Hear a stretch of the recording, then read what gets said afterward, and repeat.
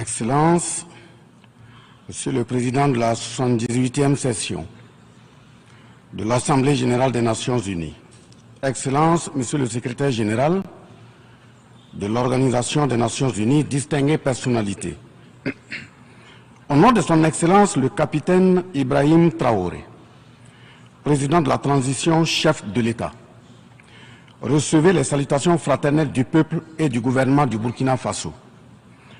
Au nom du peuple burkinabé, je m'incline respectueusement sur la mémoire des grands leaders dans le monde qui ont fait rêver et espérer d'une société humaine juste et équitable à travers leur engagement, détermination et esprit de sacrifice. Je cite notamment Fidel Castro de Cuba, Patrice Émeric Lumumba du Congo, Modibo Keïta du Mali, Ruben Unyobé et Félix Mounier du Cameroun, Sylvanus Olympio du Togo, Che Guevara de l'Argentine, Martin Luther King et Malcolm X des États-Unis d'Amérique, Nelson Mandela de l'Afrique du Sud, Jomo Kenyatta du Kenya, Amical Cabral de la Guinée-Bissau et des îles Cap-Vert, Marianne Ngouabi du Congo-Brazzaville, le capitaine Noël Isidore Thomas Sankara du Burkina Faso, etc. Ces leaders ont été pour la plupart exécutés de façon violente et d'autres assassinés à travers le feu des prisons et des empoisonnements. Leur seul crime a été pour chacun d'eux l'incarnation des rêves, des ambitions, de l'espoir des peuples meurtris, violés, violentés et pillés. Monsieur le Président, ma présence à cette tribune honore des Nations Unies, au nom du Burkina Faso, pays des hommes intègres, n'est pas pour ériger des murs de lamentation. Je ne suis non plus pas là pour vous livrer, mais j'ai été plutôt mandaté en sacrifice pour vous dire que le mensonge d'État, l'hypocrisie diplomatique, la boulimie du pouvoir, la recherche effrénée du gain, l'esprit démoniaque de domination et d'exploitation de l'homme par l'homme sont les vrais plaies qui gangrènent notre vivre ensemble et font courir toute la société à sa perte, y compris donc notre organisation, l'ONU. Son Excellence, M. Antonio Guterres, secrétaire général de l'Organisation des Nations Unies, Son Excellence, M.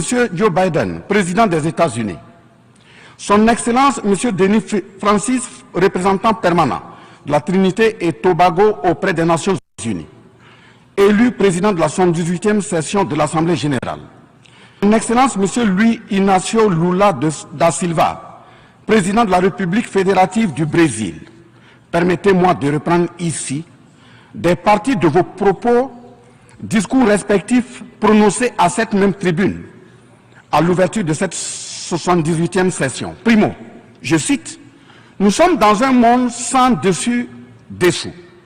Des cadavres jonchent les plages où des milliardaires se prélassent. » Pour la deuxième personnalité, je cite, « Nous sommes à la croisée des chemins. Nous avons une cause commune, à savoir léguer à nos enfants un monde avec un bon climat social. » Fin de citation. Pour la troisième personnalité, je cite, « Malgré les difficultés, nous pouvons nous en sortir. Ce ne sont pas les capacités qui manquent, mais la volonté politique. Sinon, nous pouvons apporter le progrès et la paix pour tous. » Fin de citation. Pour la quatrième personnalité, je cite, « Il y a dissonance entre les discours et les pratiques, les faits. Le Conseil de sécurité de l'ONU est paralysé. L'ONU doit assumer ses fonctions d'un monde solidaire et équitable, conformément aux principes édictés dans la charte. Cela suppose qu'on ait le courage de lutter contre les inégalités. » Fin de citation. La quintessence des expressions de ces quatre autres personnalités signifie clairement que les inégalités dans le monde sont voulues, sinon qu'avec un minimum de courage et de volonté politique, nous pouvons, à défaut de les éradiquer, les amenuiser à leur congrue expression. En effet, chaque année, les discours pleuvent au même titre que les promesses et engagements. Les preuves de la dissonance entre les discours et les faits sur ces questions de principe contenues dans la charte de l'ONU dont la justice, l'égalité, la dignité, l'intégrité, le droit à l'autodétermination, la souveraineté des États, l'inviolabilité du territoire et le respect du droit international sont ce qui se passe en Libye, dans le Sahel, précisément sur le Niger et sur la crise entre la Russie et l'Ukraine. D'abord, en Libye, suite à cette catastrophe diluvienne, des milliers de voix ont été fauchées, des milliers de vies donc ont été fauchées, pour badigeonner nos consciences de tranquillité transparente. Chaque nation se précipite pour présenter sa compassion, sa solidarité. C'est certes pour donner l'impression que nous vivons en société et que nous défendons des valeurs.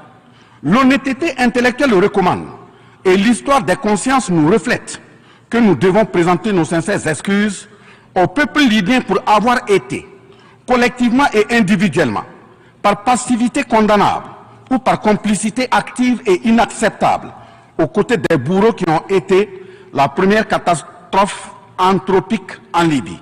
C'est cette catastrophe qui a mis la Libye à genoux en la saccageant et tuant son guide avant que les eaux de déluge ne viennent l'endeuiller davantage. Et malheureusement, à la tête de cette catastrophe humaine était l'ONU sous la résolution 1970.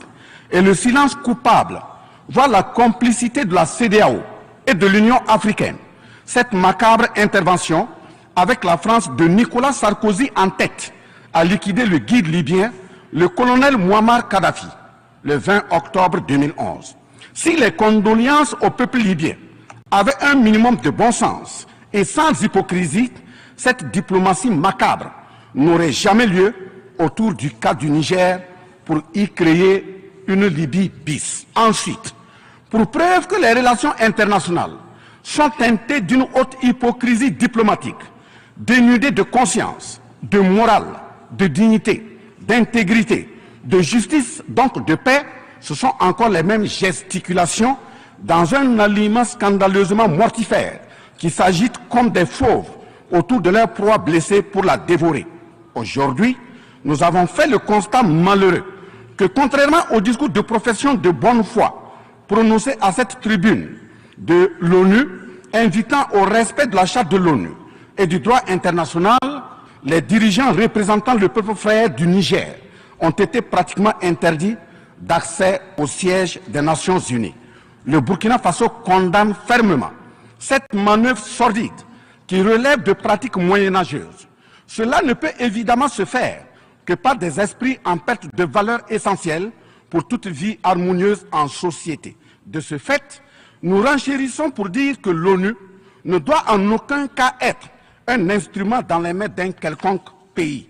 Les leaders panafricanistes qui se sont battus pour l'unité africaine, nos grands-parents qui sont tombés dignement sous les balles assassines des colons, les dignes fils africains qui se sont sacrifiés pour l'honneur sur le continent et qui ont lutté férocement contre la traite négrière et le néocolonialisme, ont eu leur sommeil de guerriers perturbé pour avoir entendu qu'une poignée d'enfants égarés de l'Afrique tiennent le Niger, telle une boule de coton, à l'envahisseur afin qu'il y mette le feu. Oui, cher continent africain, une poignée de tes enfants a décidé de t'humilier et de te vilipender à travers le mensonge éhonté d'État, en commençant par le Niger. Par conséquent, je lance un appel vibrant et solennel au peuple sénégalais, béninois, nigérien, ghanéen, tchadien, ivoirien, comorien, bissau-guinéen et tous les peuples d'Afrique à se mobiliser davantage dans la fraternité et la solidarité africaine afin d'éviter que les impérialistes mettent le feu au Niger, comme le cas de la Libye. Monsieur le Président, Monsieur le Secrétaire général, distingué personnalité, j'insiste à cette tribune de l'ONU et devant le monde entier que la CEDEAO, l'Union africaine et l'ONU doivent impérativement se muer en des organisations véritables des peuples en lieu et place de structures d'une minorité de chefs d'État. Elles ne doivent pas être utilisées et instrumentalisées pour déstabiliser des pays frères en assassinant leurs leaders. Ce n'est qu'à ce prix que la charte de l'ONU et le droit international auront un sens. Enfin, parlant de la charte de l'ONU et du droit international, un conflit entre la Russie et l'Ukraine est est entretenu et voulu par certaines puissances. Ainsi, plusieurs pays occidentaux, notamment les États-Unis et l'Union européenne, y ont déversé toute sorte de soutien, notamment militaire. Les populations civiles ukrainiennes, engagées comme volontaires, dont certains pilotent même des chars, sont félicités et traités de patriotes. Le Mali, le Niger et le Burkina Faso font face à une guerre qui leur a été imposée par l'impérialisme sous le couvert de terroristes de tout acabit, sémant terreur et désolation. Malgré l'existence de cette même charte des Nations Unies, avec ses principes d'égalité, de justice d'une part, et d'autre part, le même droit international invoqué. À cette tribune de l'ONU, il y a nettement un fossé abyssal dans le traitement des questions. En effet, prenant le cas du Burkina Faso, les populations civiles, face aux incursions barbares et meurtrières des terroristes, ont décidé de s'engager aux côtés des forces de défense et de sécurité. Ces populations ainsi engagées, formées et encadrées par les FDS, sont appelées des volontaires pour la défense de la patrie. Ainsi, au Burkina Faso, nous avons 58 000 VDP, dont 42 000 VDP communaux et 16 000 VDP nationaux qui combattent sur tous les fronts aux côtés des forces de défense et de sécurité formées, encadrées, orientées par elles. Celles-ci n'agissent que sur instruction et surveillance des FDS et conformément à des textes réglementaires en vue de protéger leur vie et leurs biens. Ce sont ces patriotes que certains chefs d'État de la CEDEAO et de l'Union africaine, sur instrumentalisation de puissances impérialistes capitalistes, tentent de faire croire à la communauté internationale que ce sont des milices. C'est cela le mensonge éhonté d'État. Monsieur le Président, si la communauté internationale était honnête et sincère dans son engagement contre le terrorisme, il ne perdurera point, de sorte à ce que des populations civiles s'engagent et se forment pour assurer leur propre défense. Parlant d'un manque de franchise de cette communauté internationale, voici les exemples. Premièrement, lorsque le Mali, le Burkina Faso, le Niger et d'autres pays se sont organisés sur leurs frontières communes en mutualisant leurs forces pour faire face au terrorisme, la France est venue de nulle part imposer son instrument qu'est le G5 Sahel. Aujourd'hui, la CEDEAO, qui a subitement une force d'intervention pour établir des démocraties, a annoncé un apport de 2 milliards de dollars US. Mais à la création de cette G5 Sahel, jusqu'à nos jours, à sa vaporisation, cette CEDEAO n'a pu débourser que 25 millions d'euros de dollars, 25 millions de dollars US. Où est donc le sérieux dans la défense des vies humaines prônée par la Déclaration universelle des droits de l'homme et des peuples? Deuxièmement, le Burkina Faso subit des sanctions cyniques suite au coup d'État du 30 septembre 2022. Cette nébuleuse dite communauté internationale, sous l'impulsion de la France qui est passée par ses valets locaux en Afrique, a tenté d'abord de faire nommer un Premier ministre au Burkina Faso en vain. Ensuite, ils sont passés à l'imposition de ministres dans des postes stratégiques au sein du gouvernement burkinabé en vain. Et enfin, ils ont négocié le maintien des relations afin que le capitaine Ibrahim Traoré mette en œuvre tout ce qu'ils décideront, condition sine qua non d'une durée à souhait au pouvoir. L'ayant aussi refusé, au nom de l'intérêt supérieur de son peuple, une avalanche de mesures répressives, de menaces, de tentatives de coup d'État, manœuvres immorales sont en élaboration dans des laboratoires criminels. Et malheureusement, toutes ces manœuvres et missions macabres sont pilotées en marionnettes téléguidées par des personnages de couloir présidentiel africains. C'est ainsi que même cette fameuse initiative d'Accra, sans le Mali, n'a pas fait long feu. Troisièmement, en plus des coupures d'aide, d'annulation de conventions de formation de nos forces de défense et de sécurité, nous assistons au blocage de notre matériel militaire, commandé avec la sueur de nos compatriotes, toujours sous l'impulsion de la France. En exemple, pour les vecteurs aériens nécessaires pour le contrôle et la défense du territoire, nous avons eu un contrat avec le Brésil, dont la licence d'armes devait provenir de la Belgique, et le système de navigation de tir ainsi que des caméras des États-Unis d'Amérique, puis un moteur du Canada. Ces moyens sont aujourd'hui fallacieusement et cyniquement bloqués. Vous parlez de défense des droits humains à cette tribune de l'ONU. Je vous invite donc à nous livrer incessamment nos armes pour la défense et la protection de nos populations meurtries. En tout état de cause, vous êtes solennellement saisis. Et si rien n'est fait, l'histoire vous tiendra responsable de non-assistance à personne en danger. Monsieur le Président, Monsieur le Secrétaire général, ce tableau peu reluisant de cette communauté internationale, caractérisée par la non-assistance à États en proie au terrorisme, l'hypocrisie internationale, la suprématie de quelques puissances au sein de l'ONU, la complicité au pillage de l'Afrique, etc., ne commande-t-il pas la traduction de cette communauté internationale devant la Cour pénale internationale? En un mot, notre sécurité sera assurée par nous-mêmes en priorité et non par quelqu'un d'autre. Sur la question de la présence de Wagner au Burkina Faso, chantée par une certaine presse téléguidée depuis l'Élysée, je répondrai ceci. Oui, Monsieur le Président, c'est nous les Wagner du Burkina Faso. Oui, ces braves forces de défense et de sécurité et volontaires pour la défense de la patrie sont les Wagner du Burkina Faso. Par conséquent, du haut de cette tribune de l'ONU, je magnifie le sacrifice de tout patriote au nom de l'intérêt national. Je salue vivement la mémoire de tous ceux qui sont tombés les armes à la main et magnifie le courage et l'intégrité de ceux qui sont toujours en vie et foncent inexorablement et de façon sacrificielle vers la victoire de notre peuple et la sauvegarde de notre patrie. Au lieu de nous aider à arrêter cette saignée humaine, ce sont des accusations fallacieuses, des mensonges éhontés d'État, englobés dans une diplomatie d'hypocrisie et des menaces voilées pour nous indiquer des partenaires à fréquenter et des conduites à tenir. Nous disons non. Au nom de la même charte des Nations Unies et du droit international que vous évoquez tous et toutes ici à cette tribune, les peuples africains en général et sahéliens en particulier sont résolument engagés à assumer absolument et pleinement leur émancipation totale pour un progrès social véritable. Ainsi, le Burkina Faso liera de façon souveraine ses partenariats avec qui il veut et achètera ses moyens de défense avec qui il veut. Qu'un pays s'appelle Russie, Iran, Turquie, Azerbaïdjan, Cuba, Nicaragua, Corée du Nord, le Burkina Faso y achètera et y vendra librement ses produits sans intermédiaire, encore moins une autorisation de qui que ce soit. Et cela advienne que pourra.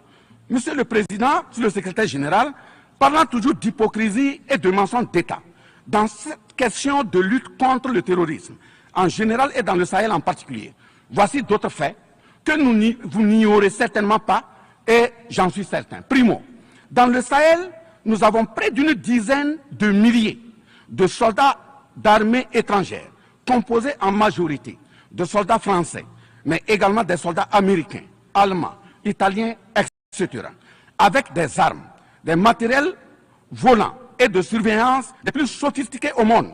Et malgré tout, personne ne voit des colonnes de centaines de terroristes se déplacer pour aller servir la désolation et la mort, souvent avec des armes inimaginables. Au Mali, au Niger et au Burkina Faso, il n'y a ni usine de fabrique d'armes, ni de munitions. Qui recrute donc ces terroristes? Qui les entraîne? Qui les dote en permanence? Qui les nourrit et avec quels moyens? Croyez-vous à cette philanthropie au nom de laquelle des Occidentaux vont envoyer leurs militaires au Sahel mourir pour des beaux yeux des Sahéliens? Si oui, qu'est-ce qui justifie les énervements et autres gesticulations puériles et diplomatiques dès qu'on dit à la France de déguerpir militairement? La vraie raison, ce sont les ressources du sous-sol au Sahel. En effet, l'Assemblée nationale française a voté la loi numéro 057-7-27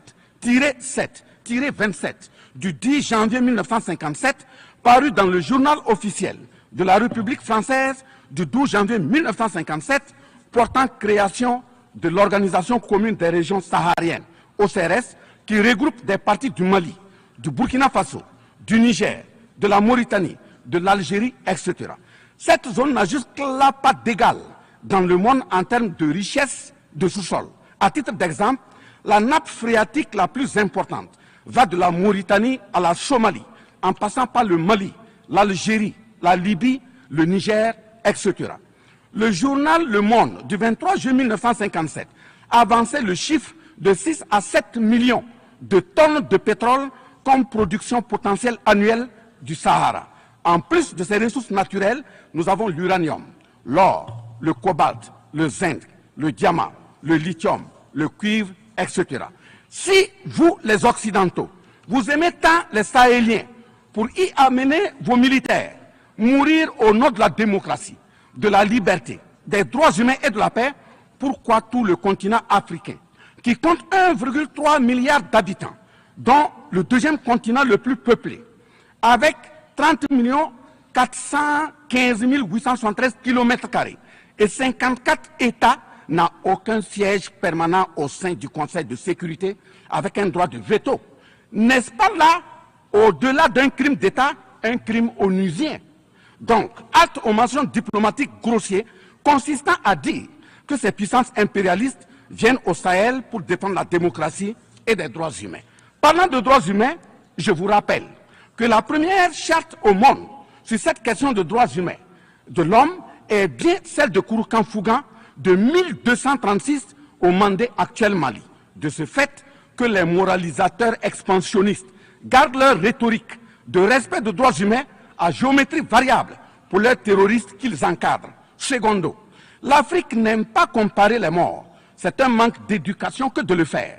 Par conséquent, je m'incline respectueusement sur la mémoire de toutes les nationalités ayant perdu la vie en Afrique en général et au Sahel en particulier. Ainsi, sur les sorties hasardeuses, condescendantes et malheureuses du président de la République française Emmanuel Macron, et qui frise souvent le ridicule, tout en se glorifiant d'une hypothétique condescendance sur les peuples africains, je m'impose le devoir de lui faire un petit cours d'histoire sur sa propre histoire. Voilà pourquoi les salles de classe sont faites pour que les enfants apprennent les cours et grandissent bien, que de s'adonner à autre chose, au risque de se perdre à jamais.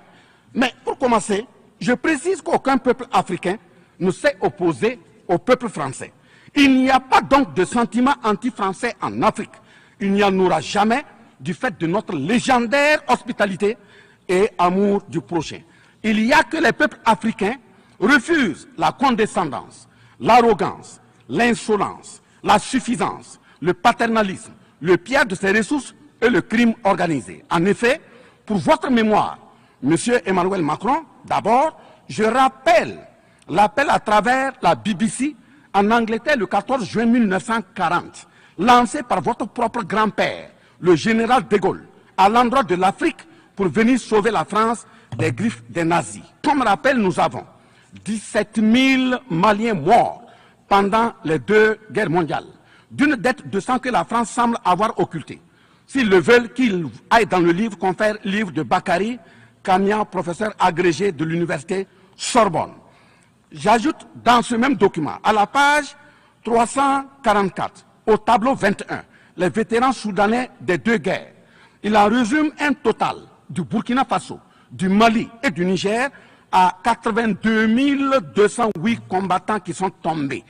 Et au niveau de l'Afrique occidentale française, il y a eu 154 519 combattants mobilisés, qui se confèrent donc aux sources Henri Léger, rapport de fin de mission en AOF Dakar, le 13 juin 1950, archives du Sénégal, code 4 D 68, acte parenthèse 89, voire annexe 5. Ensuite, le 17 novembre 1986, François Mitterrand, président français d'alors, en réponse au capitaine Thomas Sankara, disait ceci, je cite, « L'Afrique a été pillée. J'ai parlé de matières premières. J'aurais dû parler des hommes. Pendant des siècles, on vous a exploité humainement. On a volé vos hommes, vos femmes, vos enfants. On s'est servi de vous. Je comprends votre refus, votre révolte, et j'approuve votre combat. Vous avez raison de refuser d'être un continent sacrifié.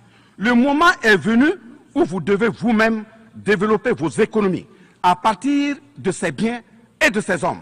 Et le devoir de ces pays qui ont profité abusivement du travail africain, c'est de restituer à l'Afrique une part de ce qui a été pris au travers des siècles derniers. Fin de citation. Effectivement, l'Afrique a toujours été vachement pillée, mais elle reste riche en hommes, en valeur et en richesse minière. Pour preuve, parlant de ses ressources minières, l'Afrique, c'est 30% des ressources minérales mondiales, 40% des réserves d'or, 33% des réserves de diamants, 80% des réserves de coltan, 60% des réserves de cobalt, 55% des réserves en uranium, etc. C'est pour la défense ferme de cette Afrique que la jeunesse africaine est plus que jamais debout. Monsieur Macron, avez-vous encore besoin d'un peu d'histoire pour vous remémorer? Enfin, bien avant cette sortie regrettable et donc malheureuse du président français Emmanuel Macron, il s'était attaqué, comme tant d'autres de ses compatriotes politiciens, à la maternité africaine. Et là aussi, je tiens à lui rappeler que l'Allemagne compte 80 millions d'habitants environ sur une superficie de 347 000 km² face au Congo, qui a 95 millions d'habitants sur une superficie de 2 345 000 km². Deuxièmement, la Belgique compte 11 millions d'habitants sur une superficie de 30 000 km² face au Gabon, qui a 2,5 millions d'habitants sur une superficie de 267 000 km². Troisièmement, la France compte 68 millions d'habitants sur 672 329 km² face à la Namibie, qui compte 2,5 millions d'habitants sur une superficie de 825 000 km². C'est fort de tout ce qui précède que, justement, Aimé Césaire, paix à son âme, disait, je cite, « L'Afrique est le seul continent au monde où les populations chantent et dansent et applaudissent pour ceux qui les appauvrissent, les affament et les torturent. Le malheur de l'Afrique, c'est d'avoir rencontré la France. » Fin de citation. Certes que l'Occident a violenté, volé et violé l'Afrique. Quelle est notre part de responsabilité en tant que dirigeants africains? N'est-ce pas nous, dirigeants africains, qui prêtons le flanc pour qu'on nous piétine? En effet, nous avons abandonné notre identité pour ne rien être. Nos noms ont disparu pour faire place à d'autres noms importés et qui ne collent pas à nos réalités. Il nous faut reconquérir notre culture. Nous avons singé en copiant l'Occident, en monogamie. Voilà qu'aujourd'hui, on veut nous faire croire que des contre-valeurs, des attitudes contre la nature relèvent du ressort de la liberté. Il ne sera pas question d'homosexualité en Afrique. Je le répète, il ne sera pas question d'homosexualité chez nous. Monsieur le Président, ce qui vient d'être décrit sont les étiquettes profondément malheureuses d'une ONU aujourd'hui résumée qu'à sa portion de forme, car 1,2 milliard de personnes sont plongées dans la misère. 2 000 milliards de dollars US dans l'armement. 20 fois le budget de l'ONU dans le nucléaire. Sur les questions de développement, l'Afrique reçoit du FMI et de la Banque mondiale 34 milliards de dollars contre 160 milliards de dollars pour l'Occident. La paralysie du Conseil de sécurité de l'ONU, la paralysie de l'Organisation mondiale du commerce, la montée des tensions suite au repositionnement géostratégique. L'Organisation mondiale du commerce également encore bloquée. Le Fonds monétaire international FMI et la Banque mondiale qui fonctionnent en véritable usurier. L'Organisation mondiale de la santé qui est de plus en plus dominée par les firmes pharmaceutiques de rente, donnant ainsi une priorité commerciale que sociale aux vaccins tels que le vaccin contre la Covid-19. L'ONU qui devient de plus en plus l'ombre d'elle-même de par les tentatives de sa prise en otage par un conglomérat de puissances internationales impérialistes, brouillant ainsi la clarté et le sérieux dans ses prises de position, etc. Par conséquent, les peuples africains en général, et sahéliens en particulier, se battront vigoureusement pour que la CEDEAO, l'Union africaine et l'ONU soient des institutions au service véritablement des peuples du monde pour leur profonde émancipation et le progrès social véritable. Parce que ce sont les manquements de ces organisations, leur manque de sincérité, leurs décisions clientélistes et à géométrie variable, la couverture des tripatouillages constitutionnels avec leur lot de crimes, la promotion de la mauvaise gouvernance, le pillage, la désorganisation sociale et la corruption qui conduisent immanquablement au coup d'État, qui ne sont donc que des conséquences. Traitons donc les causes et les conséquences disparaîtront d'elles-mêmes. Mais si nous continuons avec ce jeu de l'Autriche, à la diplomatie d'hypocrisie, aux mensonges éhontés d'État, aux crimes organisés, au tripatouillage constitutionnel et à la fabrication de l'armée à la tête de nos États africains, même l'ONU risque de ne pas échapper à un coup d'État. À bon entendeur, salut.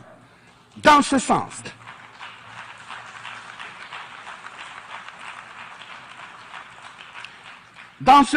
et afin de prendre leur destin en main, le Mali, le Niger et le Burkina Faso ont signé l'Alliance des États du Sahel en abrégé AES. L'AES est une architecture pour la sécurisation de nos pays, partant du traité révisé de l'autorité de développement intégré de la région du Liptako-Gourma. Prenant en compte la situation sécuritaire et surtout le manque de franchise dans le partenariat, il s'agit de compter sur nos propres ressources en recherchant la mutualisation de nos moyens et à œuvrer à faire disparaître les discontinuités dans les espaces de manœuvre opérationnels. Monsieur le Président, je vous signifie avec force et fermeté, dans une haute et intelligible voix que, primo, nous, peuple africain, sommes foncièrement démocrates. Pour preuve, notre attachement à la dignité humaine transcende la démocratie.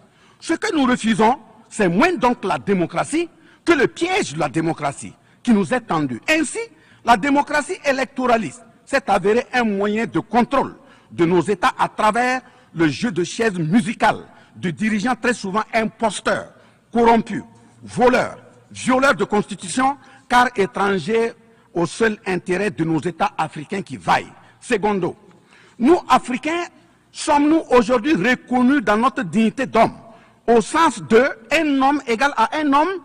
La réponse assurément est non, au-delà des convenances circonstanciées, pour nous endormir et mieux nous asservir.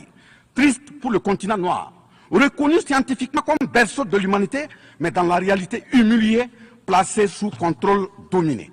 Des indépendances factices aux guerres fratricides, de la démocratie électoraliste aux aides biaisées, des guerres de rapine au terrorisme malicieusement fabriquées, entretenues et injectées dans nos contrées africaines, notamment au Mali, au Burkina Faso et au Niger. Il y a une seule constante: nous dominer, maintenir le pied sur notre cou, tel le cas de notre malheureux frère George Floyd aux États-Unis, ici même. Est-ce cela la démocratie?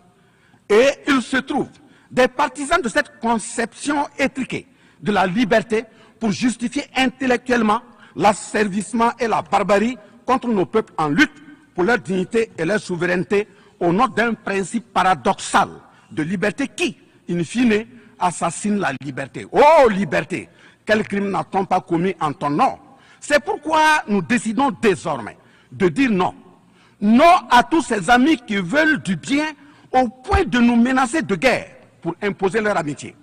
Nous adapterons notre démocratie tant brandie et chantée par des loups dans des pots de bélier afin de sécréter par nous-mêmes le leadership politique adéquat pour nos peuples en vue de leur bonheur. Oui, l'émancipation totale et le progrès social véritable pour nos peuples constituent la finalité de toute action, qu'elle soit politique, économique, socio-culturelle et ou sécuritaire. Troisièmement, les peuples africains en général, et ceux sahéliens en particulier, ont découvert des chaînes d'aliénation économique, sécuritaire, socio-culturelle matérialisées en accord secret avec la France et sont engagés à les casser pour leur émancipation véritable. Ce sont entre autres, premièrement, la dette coloniale. Nous n'allons pas fermer les yeux et la payer tout en laissant nos populations mourir de faim et de soif et voire de maladie. Deuxièmement, la question de la monnaie dont le franc CFA, appelé franc des colonies françaises d'Afrique, n'est pas une priorité africaine. Au plan juridique, la propriété est le droit de jouir et disposer des choses de la manière la plus absolue. Confère article 544 du Code civil français chez eux-mêmes. Un brevet est donc détenu par la France sur le franc CFA. Elle est par conséquent propriétaire du franc CFA et elle la loue aux États francophones africains. Ce qui est marrant en plus est que le biais produit par la France pour l'Afrique de l'Ouest diffère de ceux de l'Afrique centrale en valeur monétaire sous la même appellation franc CFA.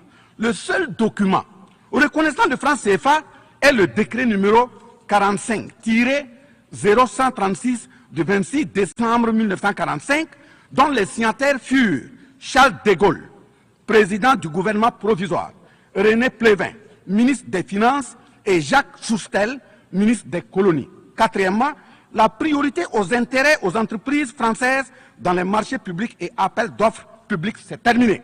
Cinquièmement, le droit exclusif de fournir des équipements militaires et de former les officiers militaires des colonies, là également c'est terminé, etc. Quatrièmement, personne n'applaudit un coup d'État.